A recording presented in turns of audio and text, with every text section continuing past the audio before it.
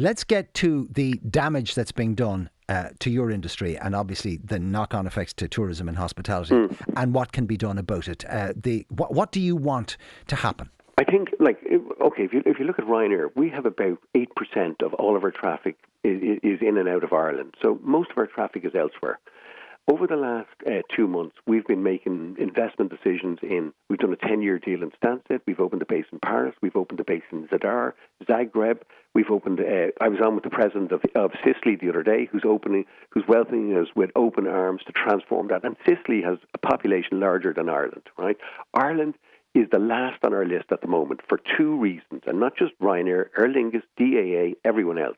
One, not necessarily a date of when we're getting out of this, but what are the metrics to get us out of this in terms of infection rates, etc., all that. Just give us those.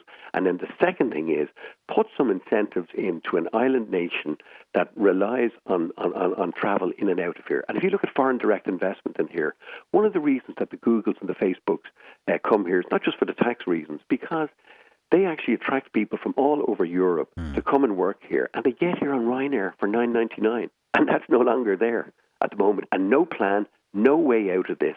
We are going to take 50 years of being ahead of aviation, like a little small nation in aviation leasing, low fares airlines, transatlantic. We are really good at aviation in this country, and this government is flushing it down the toilet at the moment. How many planes have you actually pulled out of Ireland?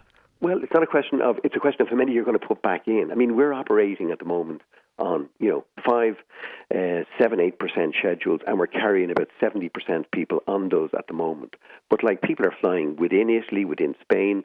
There's flights operating throughout Europe, not at the same scale. But all of people want to know is, what are the metrics to get us back? Right. Okay. And you need a plan. You have to say to people in aviation, we've got to take airplanes, maintain them, say we're going to put them in certain places, get the pilots back in check. This isn't like opening non-essential retail where you can just pull up the shutters and off you go again. Now, that's no disrespect to those people. They've got logistics problems as well, but it's more complicated in aviation. And you see the comments today from the hotels. Let's just open the hotels. They've got to go out, find the staff, re-engage, get supplies. Nothing is thought through. Very quickly, I've got about 30 seconds left. What's your message to the Taoiseach? The Taoiseach is, will he get out and run the place?